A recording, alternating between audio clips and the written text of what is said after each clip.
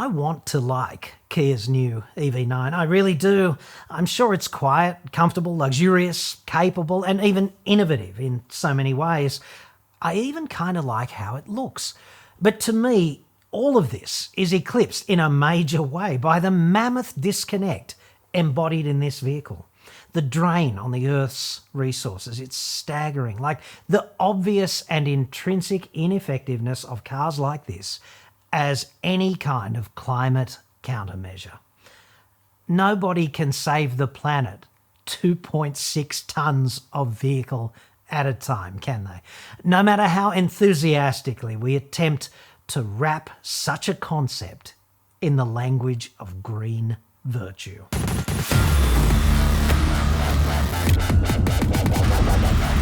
I'm John Cadogan from AutoExpert.com.au, new cars cheap, Australia only website. Card.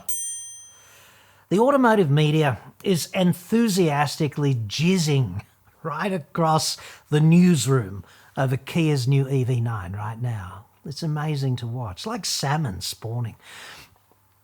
This kind of conduct typically costs extra, now that I think about it. Anyway, Australia's second most hated motoring journalist over at Drive, Joshua Dowling himself, labels the new EV9, quote, Australia's first large 7-seat SUV from a top 5 car maker.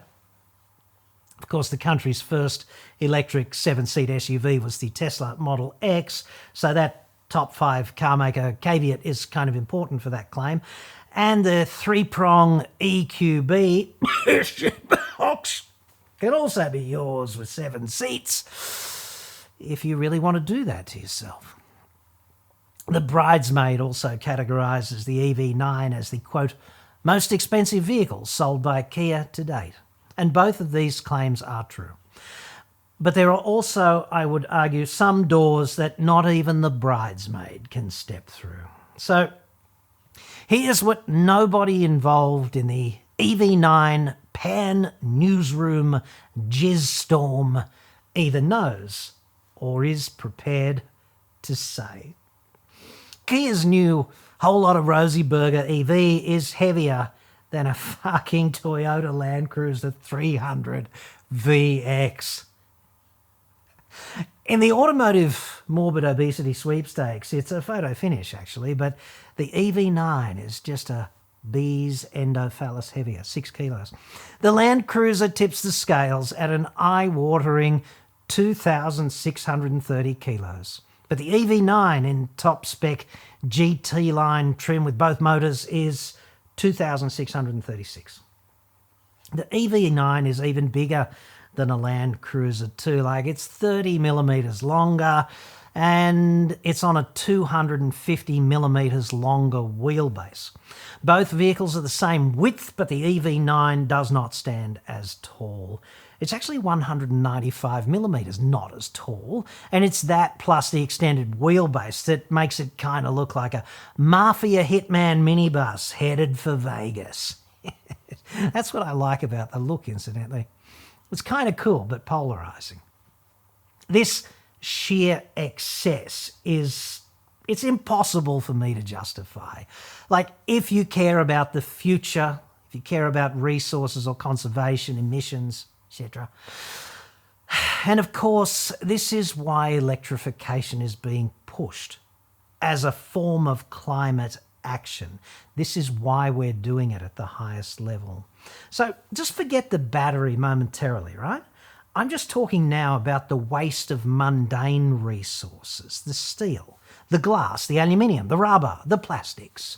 You could not jump over all of the hydrocarbons that have been embodied making the non-battery components comprising Kia's plug-in whole lot of rosy. This is just a fact, and therefore nobody has to like it. This is more relevant to the EV9 than the Land Cruiser, I'd suggest, because of the insidious nature of bullshit. The way bullshit metastasizes through modern society. Like, EVs are good and diesels are bad, right? Thus, the EV9 comes pre-packaged with its own supply of green virtue, simply because it's an EV. Kia even calls two of the model variants Air and Earth. I know. It's just designed to push a certain kind of person's buttons. Meanwhile, out here in objective reality, humanity cannot conserve resources nor save the planet. One giant 2.6 tonne personal transport appliance at a time. It's just not possible. This car is therefore a rolling contradiction. The Land Cruiser is almost as bad at tying up resources, obviously. It's just that nobody buying one is being convinced by millions of dollars in corporate and government marketing wank that they're doing the planet any kind of favour. In this respect, buying a 300 series is a far more honest transaction. It's like, Land Cruiser, yeah, fuck planet Earth. Now, the battery, which you can see from space. Kia's lips have been tighter than a salmon's anus on the battery chemistry. And that probably means it's full of cobalt. And if true, this makes an EV9 one of the worst would-be hazmat risks, soon to be rolling on Australian roads and in our underground car parks, etc. 2 or 3 EV9s all parked on a fast charger in an underground car park should be more than sufficient for the full Luton structural collapse, don't you think? In a reinforced concrete structure, the steel only has to get to about 600 degrees C to fail. Lithium-ion batteries, of course, burn at 2000 degrees C, which is way above the melting point of steel. This is called a fact. Even if the fire is caused by something completely left field, like totally extemporaneous, I don't know, Thanos, for example, it's the proximal presence of those huge batteries that really matters, isn't it? Plus the fact that there are no known firefighting countermeasures. Incidentally, it's been announced that the Luton Airport car park, I love saying it in French, I've been there. It's exactly not French. The Luton Airport car park will need to be completely demolished. And all the cars on the lower, I think it was 3 or 4 floors, are totally unsalvageable. EVs, right? Saving the planet. One giant freaking hazmat catastrophe at a time. The EV9's battery is going to be rather expensive, which probably means 30 to 50 grand if you ever have to replace it. So if some young dickhead in a Yaris T-bones you in your shiny new Mafia Hitman minibus, your insurer will probably write a whole lot of Rosie off, sadly, for fear of hazmat hilarity down the track. And I'm sure you can join the dots on the impact on premiums for cars such as this over time. Plus, there's no battery recycling mandate, even in 2023, is there? That's kind of up to the free market. And currently, it's working out spectacularly, dude. And by spectacularly, I mean 90% of lithium-ion battery waste is going straight into fucking landfill. Hashtag Erin Brockovich. So much for the circular fucking battery economy. That's according to the CSIRO. 90% into landfill is called a fact. This is the backdrop against which this vehicle with its huge battery is launched, right? Okay, so one of the art forms of corporate communications is cleverly crafting messages so that none of the shitty things about products are ever oxygenated. You don't want people to know some things about your product. I get that. This is a real skill, which is why PR hacks typically get paid much more than scumbag journalists. Kia appears not to be saying anything anywhere about battery chemistry for the EV9, like here or overseas. According to evdatabase.org, there's, quote, no data concerning the battery chemistry. Here's a report from October the 1st this year, like just last month, that indicates Hyundai's intention to move to lithium iron phosphate batteries for its cheaper electric cars. And obviously, EV9 is not one of those. Hyundai and Kia are obviously joined at the anus, and by anus, I mean boardroom, dude. They use the same battery tech and they share any other technology they can get away with. It keeps costs down. So, critical thinking time. If they're moving to something like new battery chemistry, then they are by definition also moving away from something. So, if they're moving to lithium iron phosphate, they're moving away from a different chemistry, which on the balance of probability has to be cobalt manganese. Now, apart from its hilariously entertaining hazmat potential, like get it on your skin in a fire, you get permanently disabled. What fun. Apart from that, the story of cobalt is also the story of gross human rights violations around the third world. It's like blood diamonds, only it's blood cobalt, basically. So that's unpleasant. If it were lithium iron phosphate, they would therefore be shouting it from the freaking rafters, would they not? The Move 2 report goes on to speculate that the first slightly cleaner battery tech for Hyundai Kia will be the Ray EV, which is a tiny city car. Then there's the sheer size of the battery in the EV9. It's, in round figures, 100 kilowatt hours. That's about 1,400 power tool batteries, like 4 amp hours, 18 volts. It's 1,400 of those. Imagine that. That's in the Earth and the GT line model variants. There's a lesser 76 kilowatt hour battery in the base shitter Air EV9, the Poverty EV9. It's huge, the 76 one, whereas the battery in the other two is fucking huge, right? It's amazing. There's an interesting concept in economics, right? It's called opportunity cost, and this is kind of that. And basically, it works like this. If you take Tiffany, the boss's secretary, to some seedy motel for some intensive email training, in particular, let's call it inbox management, well, I guess you'd have to book an Uber and you'd have to order in a couple of bottles of Verve plus some other sundry training materials. It's probably going to cost you about, I don't know, $500. Hashtag worth it. A clean inbox is, of course, next to godliness, is it not? But we all know out here in reality that if instead you devoted the 500 smackers to your thriving side hustle business, you'd probably make about $1,000 profit. So the opportunity cost of tidying up Tiffany's inbox is more like $1,500. Like, that's what your spend is actually costing you. The 500 plus the $1,000 you didn't make with it, right? The morbidly obese battery in the EV9 is essentially that. Only a lot less fun, dude. You really have to look at the environmental opportunity cost that's embodied in such over-the-top automotive excess, right? See, in Australia, light vehicles, which is a categorisation which perversely includes even the EV9, light vehicles are like 10% of total CO2 emissions for our nation. That's about 46 million tonnes of CO2.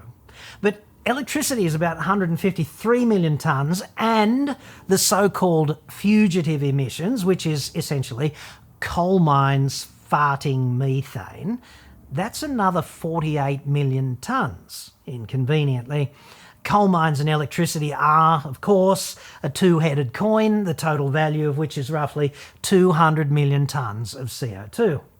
Nothing is being done about fugitive emissions, which is a problem that's roughly as big as light vehicles. And this is so mainly because politicians are such assholes. These figures are all from the federal government's national greenhouse accounts for the year ended March of 2023, so quite recent. The estimate for light vehicles is also from the federal government. The greenhouse accounts are a PDF, so if you're watching this video, you can download those and you can easily confirm my data. What I'm saying is coal and electricity is roughly 4 to 5 times bigger as far as this problem goes compared with light vehicles. That's if you care about tackling emissions, like head on.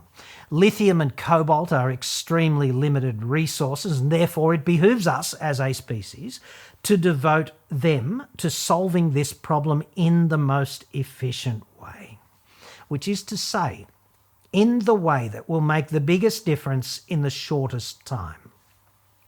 So you can package up an 800 kilo battery in a shiny, rolling, resource-intensive box of steel, aluminium, plastics, glass, rubber, etc., and you can wank yourself into a state of enduring ecstasy over doing, quote, the right thing in your EV9, and certainly this is what the car industry and the federal government would prefer you did. They hate it when people examine this proposition critically and rationally, or they look through it through the prism of facts. You know, we don't want ordinary people doing that. Alternatively, we could use exactly the same resources that went into the EV9's preposterous battery and precious few of the resources that went into making the vehicle wrapped around it. And we could manufacture 5 smaller stationary batteries, like 20 kilowatt hours apiece, which would be sufficient to take 5 frickin' houses that already have a photovoltaic array upstairs, and we could essentially disconnect them from the grid permanently. And that would work just fine. And I would argue that one of these options is a high-velocity round headed straight into the frickin' heart of this problem. And the other is simply a waste of resources used to empower a rich virtue-signalling twat to engage in one of the most undignified forms of contemporary public masturbation. The existence of the Kia EV9 is a feedback effect of living in the golden age of bullshit, because at no other time in human history would such a glorious greenwash have even been remotely possible. In the domain of climate action, cars like the EV9 and the even more ridiculous upcoming Polestar 3, they're conspicuously ineffective. It's actually worse than that, because they move us backwards thanks to the problem of opportunity cost. Climate action is the only reason EVs are being rolled out and aggressively mandated. EVs are more expensive and inferior in almost every other respect. This is a fact too. So liking it is optional, especially if you're an EV fanboy. Presenting the facts to an EV fanboy is like an atheist arguing with the religious. There's no point. Facts are ineffective in this context. Currently, MG and BYD offer entry EVs for about 40 grand in this country. Even that's excessive in my book. What the market is gagging for is an EV for about 30 grand. Drive away. Doesn't need too much fruit, doesn't need too much range, just needs to do the daily running around. It's like the perfect second car, a bit of a shitbox even, it'd be fine. Perfect complement to one's Hilux, perhaps. Only needs a tiny battery, doesn't actually need that much electricity to recharge it overnight. In other words, probably not going to stall the grid if it's widely adopted and rolled out. And ordinary people could afford one. There's that. Let's not forget 2 things about this, right? A, rich virtue-signalling twats cannot save the planet in $130,000 increments. At least they can't do it on their own. And B, the principal barrier to entry for EVs is the price. So, sorry, Kia. While in the abstract I admire the EV9 and I'm sure it's a decent car and I'm sure you did a decent job on the details, but I've got to argue that you've not only forgotten who your customers actually are, you've also ignored why this technology is really being deployed. Like, there's a very small number of people who wake up one day and they just go, I think I'll spend 130 grand on a Kia. Because I never really liked BMW or Mercedes, and I'm sure the other bankers and lawyers down at the Polo Club are going to understand my newfound commitment to mainstream automotive rationality. Also, in the domain of facts, It would be somewhat greener to buy, I don't know, a diesel Sorento GT line or the plug-in hybrid and spend the remaining 50 or 60 grand on a big solar array and a big home backup battery and divorce yourself from coal, which is the heart of the problem. You'd probably find yourself selling electricity back to the grid at peak times, upliftingly enough. So EV9 is a nice car that fails to be worthwhile. It's a huge fish swimming in a Lilliputian market of people who have BMW money but decide that they really want a Kia instead. And that, I suppose, is the vehicle's single redeeming feature. The very best thing that I can see about the new EV9 is its breathtaking, multifaceted irrelevance.